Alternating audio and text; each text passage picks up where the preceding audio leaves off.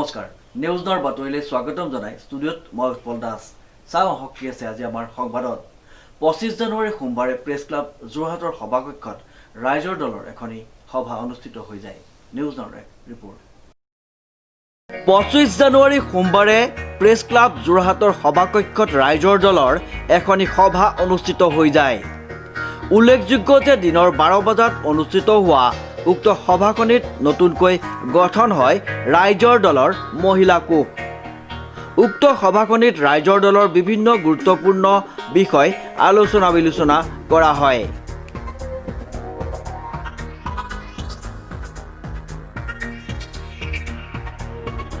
যোৰহাট জিলাত প্ৰেছ ক্লাবত এখন মহিলা কোষৰ সভা অনুষ্ঠিত কৰা হৈছে আমি বিভিন্ন সমষ্টিৰ পৰা আমাৰ যিটা যোৰহাট জিলা সমষ্টি পৰে সেই সমষ্টিৰ পৰা আমি আহি পেলাই মহিলা কোষৰ যিটো আমাৰ সাংবিধানিক যিটো আমাৰ হেৰি থাকে সেইমতে আমি মহিলা কোষ যুৱ কোষ সেইখিনি বনাই থকা হৈছে আৰু আজি যিহেতু আমাৰ ইলেকশ্যনৰ সময় পাইছেহিয়ে সেয়েহে আমি প্ৰত্যেকটো সমষ্টিৰ পৰা দুগৰাকীকৈ মানুহক দায়িত্ব দিয়া হ'ব তাৰ পাছত পঞ্চায়তৰ পৰা আহিছে পঞ্চায়তৰ ফালৰ পৰা আমি যোগাযোগ কৰি পেলাই তেওঁলোককো আমি দায়িত্ব দিম বুলি ইয়াত মহিলা কোষ আমি গঠন কৰিছোঁ আমি অদূৰ ভৱিষ্যতে কেনেকৈ আমি বিজেপি চৰকাৰখনক প্ৰতিহিত কৰিম তাৰ কাৰণে যি প্ৰচেষ্টা চলাবলৈ হাতত লৈছোঁ সেই তাৰ মহিলা কোষৰ এটা নতুন পদক্ষেপ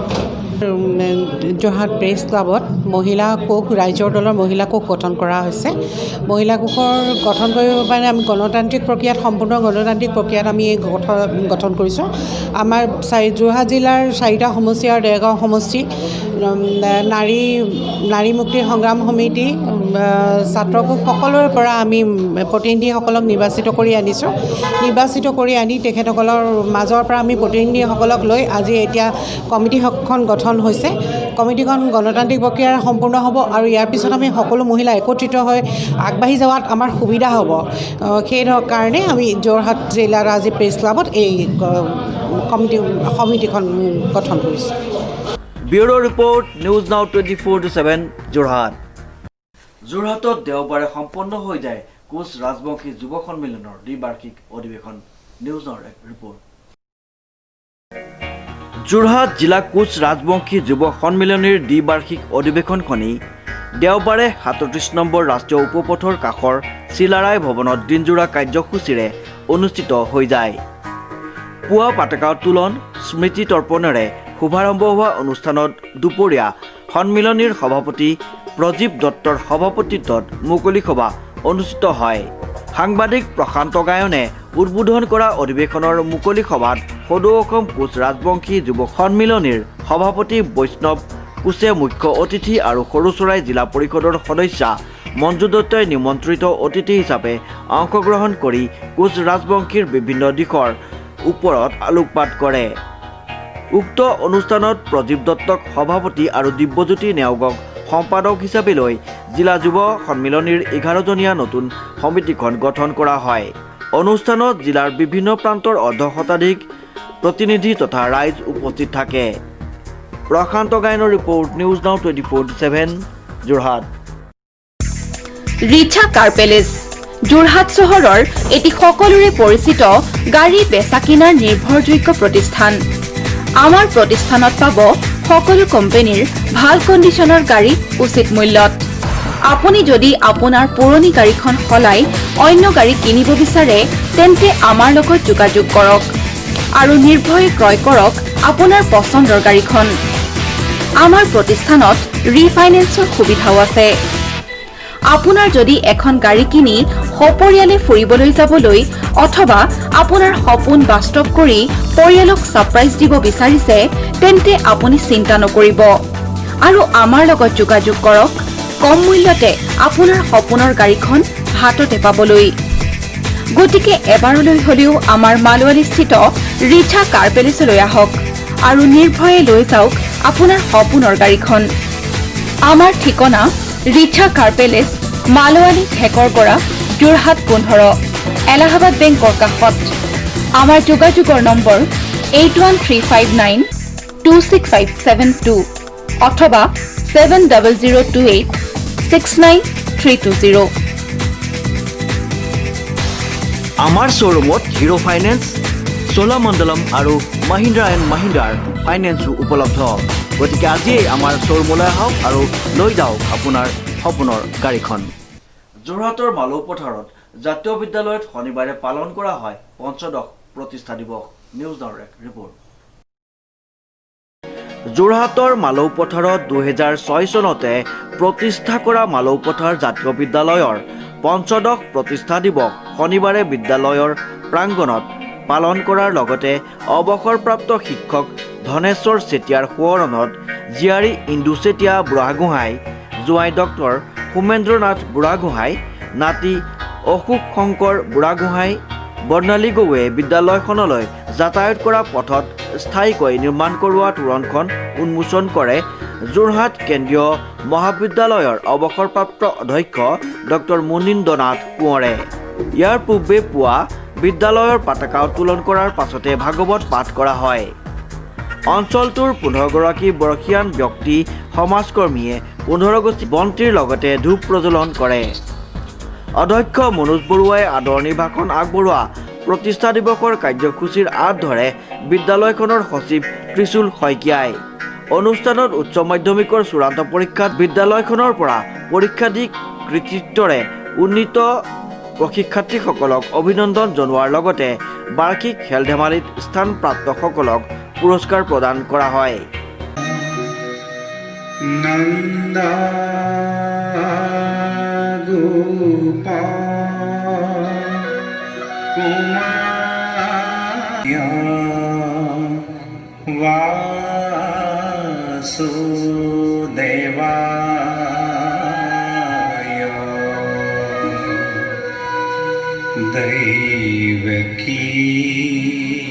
মালৌ পথাৰ জাতীয় বিদ্যালয়ৰ তৰফৰ পৰা প্ৰথমে মই সকলোকে অভিনন্দন জ্ঞাপন কৰিছোঁ।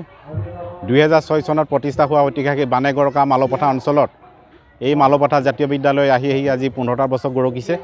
এই শুভক্ষণত সদুটিকে মই আন্তৰিক ধন্যবাদ জ্ঞাপন কৰিছোঁ।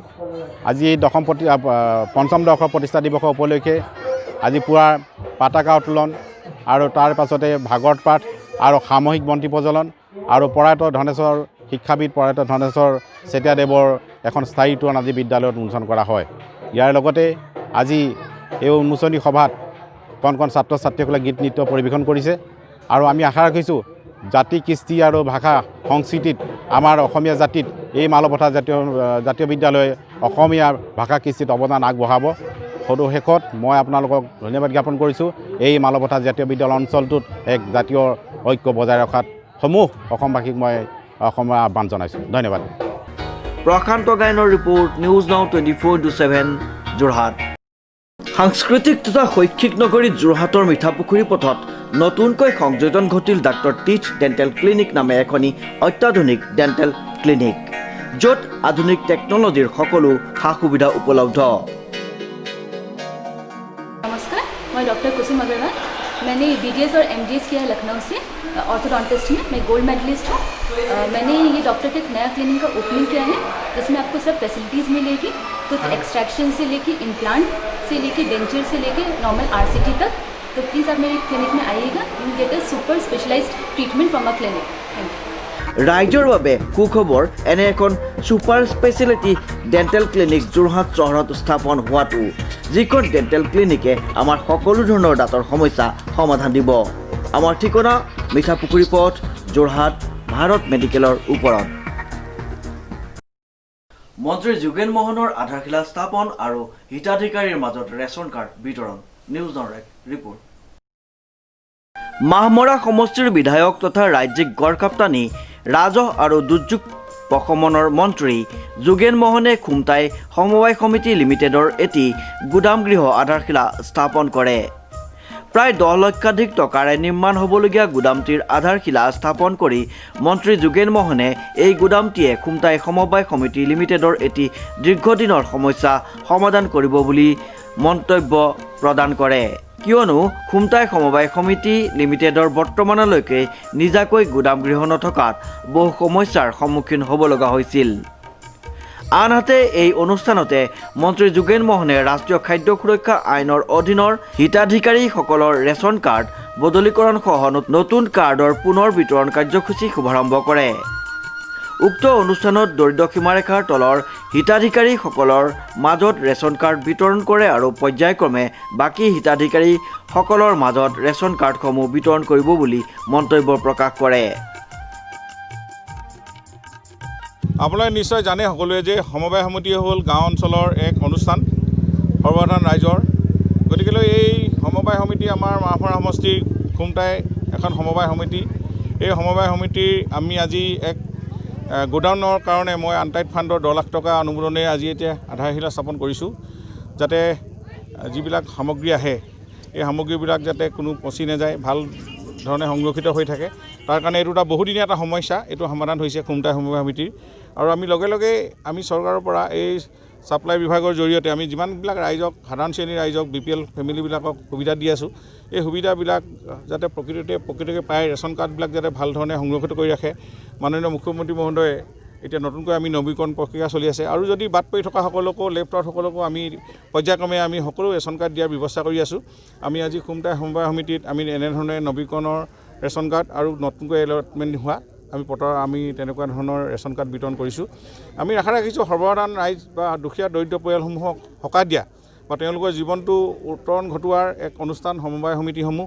আৰু এই সমবায় সমিতিসমূহৰ যোগেদিয়ে আমি বিভিন্ন ধৰণৰ দুৰ্যোগৰ সময়তো হওক বা অন্যান্য আমি কৰোণা ভাইৰাছৰ আমি বিভিন্ন ধৰণে আমি তেওঁলোকক মাহেকত দুবাৰকৈ দি আমি তেওঁলোকক সাহায্য আগবঢ়াইছোঁ। যাতে এনেকৈ ধৰণে আমি এই সমবায় সমিতিসমূহ গতিশীল কৰিব লাগিব আগন্তুক দিনত। বহু সমবায় সমিতিয়ে বিভিন্ন ধৰণৰ স্কুল খুলিছে, কলেজ খুলিছে, বিভিন্ন ধৰণৰ ইণ্ডাষ্ট্ৰি কৰিছে। গতিকে আমি এনেকুৱা সমবায় সমিতি হওক আমি উত্তৰণ ঘটাবৰ কাৰণে আমাৰ সকলোৱে চেষ্টা থাকিলে হিতাধিকাৰীসকল সমবায় সমিতিৰ আমাৰ যিখন বৰ্ড আছে, এই বৰ্ড আৰু ৰাইজ সহযোগ কৰিলে নিশ্চয় এইবিলাক আগবাঢ়ি যাব আৰু সমবায় আন্দোলনৰ জৰিয়তে জনসাধাৰণৰ বা অঞ্চলবিলাকৰ উন্নতি কৰিব পৰা ব্যৱস্থা আছে।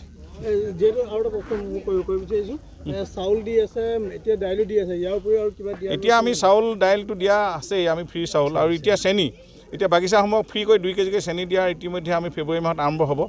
আৰু সকলো পৰ্যায়ক্ৰমে আমি আৰু সমবায় সমিতিৰ যোগেদি অত্যাৱশ্যক সামগ্ৰীবিলাক আমি দিয়াৰো কিছু সমবায় এজেণ্টসকলেও এতিয়া নিজৰ আমাৰ দোকানৰ জৰিয়তে এইবিলাক ব্যৱস্থা কৰি আছে। ভাল কোৱালিটি উচিত দামত এই আমাৰ দোকানবিলাকে এইবিলাক আমি আৰু দোকান খুলি গাঁৱত বা কম দামত ভাল বস্তু দিয়াৰ এটা এই সমবায় সমিতিৰ হৈ দায়িত্ব পালন কৰে। মৰাণৰ পৰা ৰাজু মিশ্ৰৰ ৰিপৰ্ট, নিউজ নাও 24/7। জেবিয়ান 89 বৰ্ষৰ প্ৰাক্তন বিজ্ঞান শাখাৰ ছাত্ৰ ছাত্ৰীসকলৰ মাজত অনুষ্ঠিত হৈ যায় এটি পূৰ্ণমিলন অনুষ্ঠান। নিউজ নাওৰ এক ৰিপৰ্ট।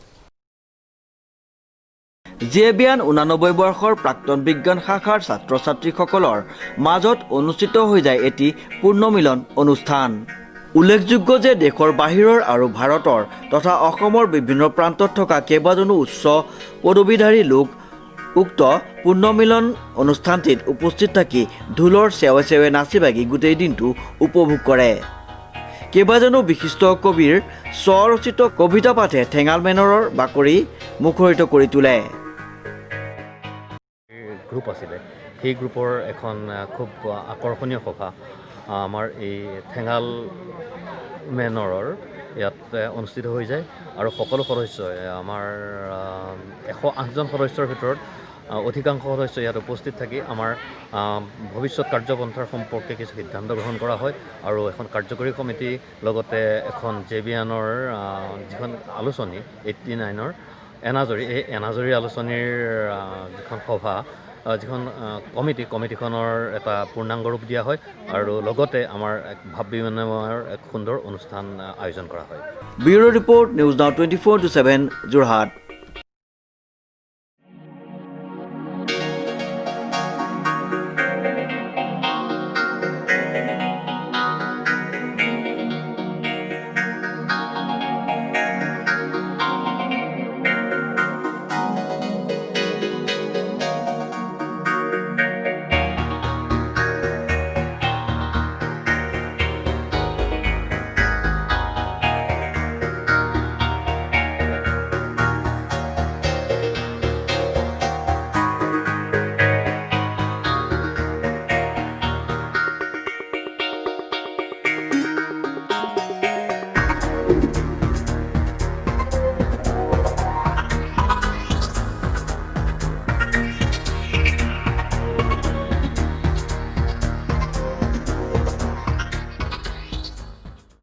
আগবাঢ়িছোঁ পৰৱৰ্তী বাতৰিলৈ।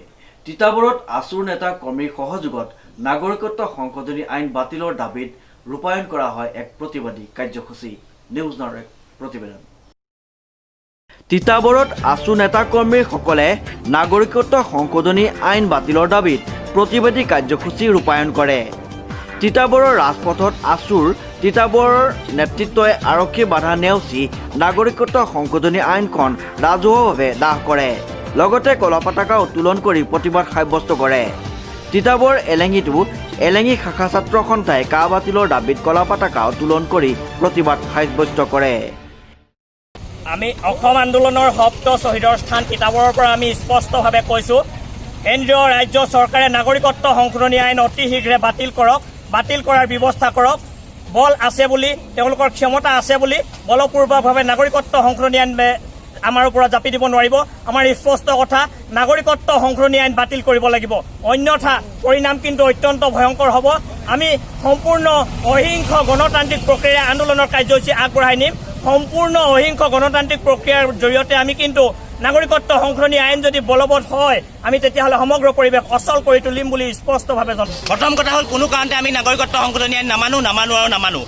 কেন্দ্ৰীয় নেতৃত্বাধীন বিজেপি চৰকাৰখনে অসমত বলপূৰ্বকভাৱে যি নাগৰিকত্ব সংশোধনী আইন জাপি দিবলৈ বিচাৰিছে, এই আইন সদৌ অসম ছাত্ৰ সন্থাৰ লগতে তিতাবৰ আঞ্চলিক ছাত্ৰ সন্থাই কোনো কাৰণতে নামানে। এয়া স্পষ্ট কথা। সপ্ত শ্বহীদৰ স্থান তিতাবৰ, সকলোৱে জানে। এই সপ্ত শ্বহীদৰ স্থানৰ পৰা আমি পুনৰবাৰ সকীয়াই দিছোঁ বিজেপি নেতৃত্বাধীন চৰকাৰক যে কোনো কাৰণতে অসমৰ ৰাইজ আৰু অসমৰ খিলঞ্জীয়া জনসাধাৰণে কা নামানে আৰু তিতাবৰৰ পৰা বিমান শইকীয়াৰ ৰিপৰ্ট, নিউজ নাও।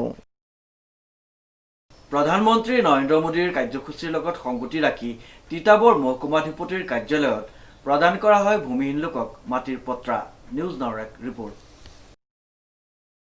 প্ৰধানমন্ত্ৰী নৰেন্দ্ৰ মোদীয়ে ঐতিহাসিক শিৱসাগৰৰ জেৰেঙা পথাৰত অসমৰ ভূমিহীন প্ৰায় 1.06 লাখ লোকক ভূমিপট্টা প্ৰদান কাৰ্যসূচী শুভাৰম্ভ কৰে।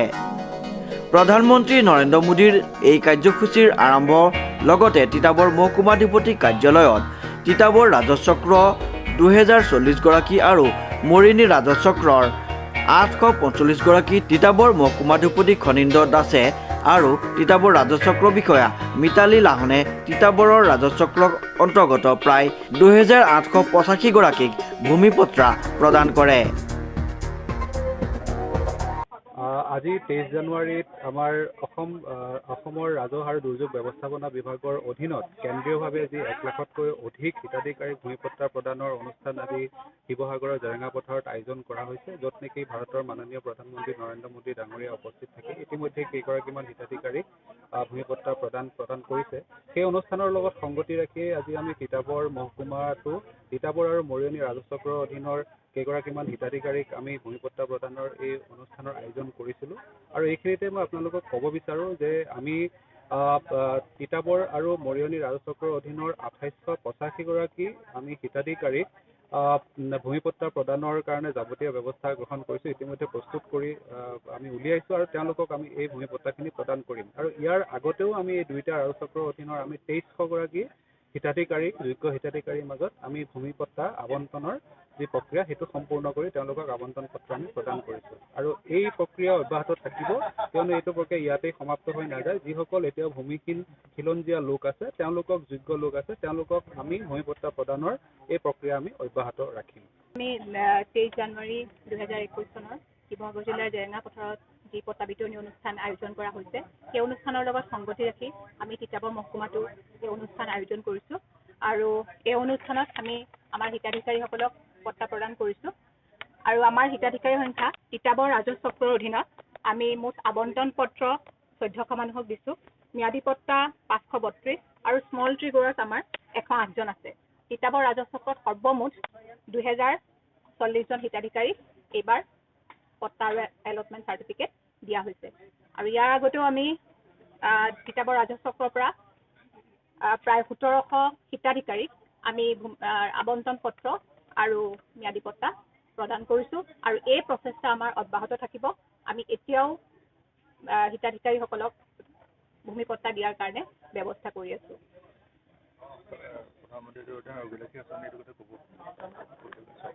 আৰু এই ক্ষেত্ৰত আমাৰ অসম চৰকাৰৰ ৰাজহ আৰু দুৰ্যোগ ব্যৱস্থাপনা বিভাগৰ যি পদক্ষেপ এই পদক্ষেপেৰে মোৰ ভাবোঁ আমি গোটেই জনসাধাৰণ যিটো মানে মাটি লৈ পেলাই জনসাধাৰণৰ যিটো সমস্যা সেই সমস্যাটো মই তেওঁলোকৰ দূৰ হ'ব বুলি তিতাবৰৰ পৰা বিমান শইকীয়াৰ ৰিপৰ্ট নিউজ নাও 24/7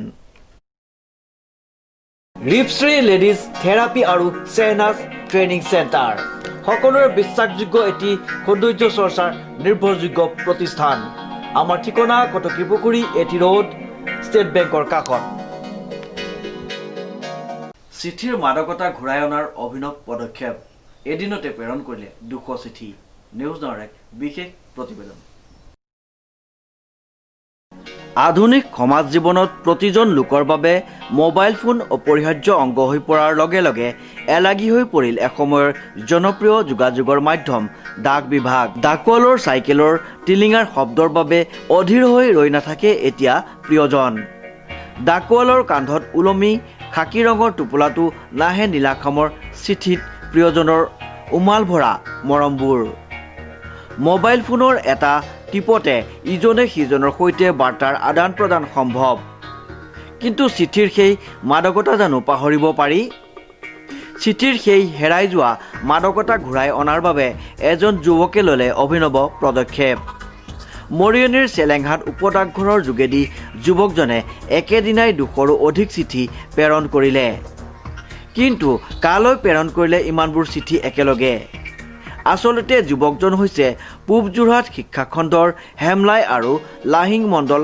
সমল কেন্দ্ৰৰ সমন্বয়ক মহেন্দ্ৰ নাথ শিক্ষা বিভাগৰ এক আঁচনি অনুসৰি চৰকাৰী বিদ্যালয়সমূহৰ সৈতে সমাজত জড়িত কাৰোবাৰ মানসেৰে নৱগঠিত বিদ্যালয় পৰিচালনা সমিতি সমূহৰ আগন্তুক 3দিনীয়া প্ৰশিক্ষণলৈ অংশগ্ৰহণকাৰীসকলক ডাকযোগে পত্ৰ প্ৰেৰণ কৰি নিমন্ত্ৰণ জনোৱাৰ সিদ্ধান্ত গ্ৰহণ কৰে ডাকযোগে অহা চিঠিৰ হেৰাই যোৱা মাদকতা ঘূৰাই অনাৰ এয়া এক প্ৰচেষ্টা গ্ৰহণ কৰাৰ লগতে বিদ্যালয় পৰিচালনাৰ সৈতে জড়িত বিষয়ববীয়াসকলৰ মনতো সেই সুকীয়া মাদকতা প্ৰদান কৰিবৰ বাবে এই পদক্ষেপ গ্ৰহণ কৰা বুলি প্ৰকাশ কৰে মণ্ডল সমন্বয়ক মহেন্দ্ৰ নাথে আমি চিন্তা কৰিলোঁ যে আমি সৰুতে দেখিছিলোঁ আমি চিঠি প্ৰেৰণ কৰিছিলোঁ বা আমালৈও চিঠি আহিছিলে কিন্তু শেহতীয়াকৈ বিশেষকৈ আমাৰ এই দশকত প্ৰায় যোৱাটো দশকত আৰু এটা নতুন দশক আৰম্ভ হৈছে আমি দেখিছোঁ যে চিঠিৰ যি আদান প্ৰদান প্ৰক্ৰিয়া ব্যক্তিগত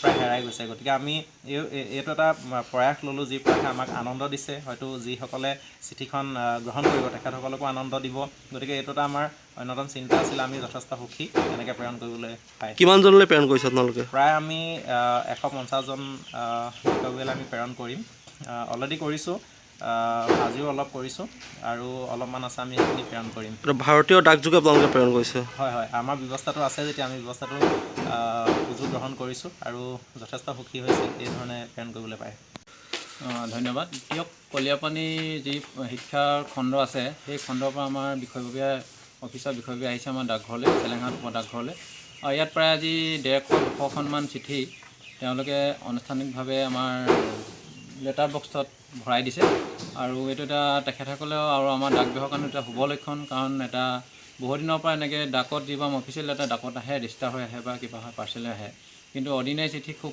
মানে হেৰি হয় দিবলৈ আমাৰ এটা এলাহ ভাৱ হয় মোবাইলতে ফোন কৰে বা ফোনৰ যোগে জনায় কিন্তু এতিয়া ফোন যোগে নজনায় তেওঁলোকে কৈছে যে আমি ডাকত দি শিক্ষাখণ্ডৰ যিবিলাক আমাৰ মেনেজিং কমিটি আছে মেনেজিং কমিটিলৈ প্ৰায় 150-200মান চিঠি পষ্ট কৰিছে আৰু এইটো এটা তেওঁলোকে এটা মাদকতা পাব বুলি তেখেতে আশা কৰিছে আৰু এটা সকলোৱে যেন এনেকৈ পদক্ষেপ ল'লে আমাৰ ডাকঘৰো এটা ভাৰতীয় ডাক বিভাগৰ এটা উন্নতি বা এটা যোগাযোগৰ যিটো মাধ্যম সেই মাধ্যম যেন পুনৰ ৰাইজৰ মাজত সুন্দৰভাৱে প্ৰতিষ্ঠা হৈ থাকে তাৰ আমি কামনা কৰিছোঁ আমি ডাক কৰ্মচাৰী হৈ আৰু তেখেতসকলে আমি ডাক কৰ্মচাৰীসমূহ চেলেংহাট ডাক কৰ্মচাৰী হৈ আমি শিক্ষাখণ্ডৰ কলিয়াপানী শিক্ষাখণ্ডৰ বিষয়ববীয়ালৈ আমি ধন্যবাদ মৰিয়নিৰ পৰা দীপক জোন দত্তৰ ৰিপৰ্ট নিউজ নাও 24/7 যোৰহাট চহৰৰ সকলোৰে পৰিচিত সকলোৰে বিশ্বাসযোগ্য এটি প্ৰতিষ্ঠান কাবেৰী লাইট হাউচ আমাৰ প্ৰতিষ্ঠানত সকলো ধৰণৰ ইলেক্ট্ৰিকেল সামগ্ৰী inverter battery geyser decorative light fan আদি পোৱা যায় আমাৰ ঠিকনা কটকী পুখুৰী এটি ৰোড ষ্টেট বেংকৰ কাষত মৰিয়নি আঞ্চলিক ছাত্ৰ সন্থাৰ উদ্যোগত কা আৰু 3খন কৃষি আইন বাতিলৰ দাবীত সাব্যস্ত কৰা এক প্ৰতিবাদী কাৰ্যসূচী। নিউজ নাওৰ এক ৰিপৰ্ট। সদৌ অসম ছাত্ৰ সন্থাৰ আহ্বানত মৰিয়নি আঞ্চলিক ছাত্ৰ সন্থাই কা দা কৰি বিজেপি চৰকাৰ গো বেগ ধ্বনিৰে মৰিয়নিৰ ৰাজপথ কঁপাই তোলে।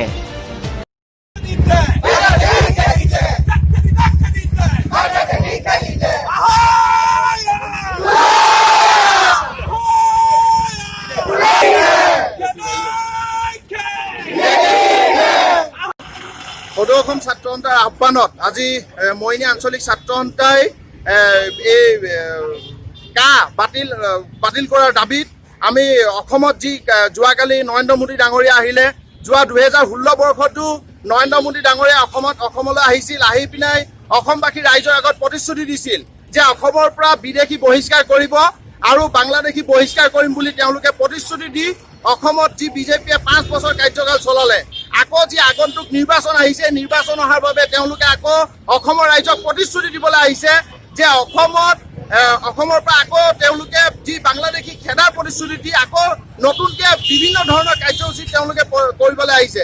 কিন্তু আমাৰ এটাই দাবী যে এইবাৰ বিজেপি চৰকাৰে যি যোৱাবাৰ অসমবাসী ৰাইজক ঠগিলে, এইবাৰ কিন্তু তেওঁলোকে ঠগিব নোৱাৰিব। এইবাৰ অসমবাসী ৰাইজে তেওঁলোকক তাৰ উত্তৰ প্ৰত্যুত্তৰ দিব। আপোনালোকে সদায় অসমবাসী ৰাইজক ঠগি আহিছে আৰু অসমবাসী ৰাইজে কিন্তু এইবাৰ 2021 চনৰ নিৰ্বাচনত আপোনালোকক তাত প্ৰতিবাদ দিব। অসমৰ জাতি মাটি ভেটি শ্লোগান দি যিখন চৰকাৰে অসমৰ চৰকাৰ তেওঁ আসনত বহিলে, কিন্তু এতিয়া দেখা গৈছে অনাগত সময়ত তেওঁলোকে যি দমন নীতি চলিছে, প্ৰলোভনৰ নীতি চলিছে, অসমৰ খিলঞ্জীয়া অস্তিত্ব শেষ কৰিবলৈ ওলাইছে, তাক আমি সদৌ অসম ছাত্ৰ সন্থাই সদায় প্ৰতিবাদ জনাইছো।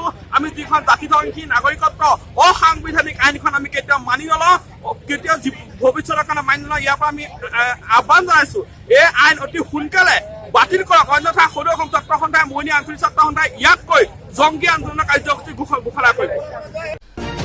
মৰিয়নিৰ পৰা দীপকজোন দত্তৰ ৰিপৰ্ট, নিউজ নাও 24/7। আগবাঢ়িছো আজিৰ শেষৰটোৰ বাতৰিলৈ। পানীচকুৱা 8 মাইলবাসী ৰাইজ আৰু যুৱকবৃন্দ তথা বিশিষ্ট সমাজকৰ্মী খগেন দাসৰ উদ্যোগত অনুষ্ঠিত হৈ যায় এখনি ক্ৰিকেট প্ৰতিযোগিতা। পানীচকুৱা 8 মাইলবাসী ৰাইজ আৰু যুৱকবৃন্দ তথা বিশিষ্ট সমাজকৰ্মী খগেন দাসৰ উদ্যোগত অনুষ্ঠিত হৈ যায় এখনি ক্ৰিকেট প্ৰতিযোগিতা। উল্লেখযোগ্য যে উক্ত ক্ৰিকেট প্ৰতিযোগিতাখনিত বিশিষ্ট সমাজকৰ্মী তথা কংগ্ৰেছ নেতা বাণী হাজৰিকা, বিশিষ্ট সমাজকৰ্মী খগেন দাস, নিউজ নাও চেনেলৰ স্বত্বাধিকাৰ তথা মুখ্য সম্পাদক আৰু অসম বাৰ্তাজীৱী সংঘ তথা যোৰহাট জিলা ই মিডিয়াৰ উপসভাপতি উৎপল দাস আৰু ঘোষিকা ৰূপল দত্ত, নিবন্ধকাৰ শ্যামলী বৰুৱাক একোখনকৈ ফুলাম গামোচাৰে সম্বৰ্ধনা জ্ঞাপন কৰি ক্ৰিকেট খেলখনিৰ শুভাৰম্ভ কৰা হয়।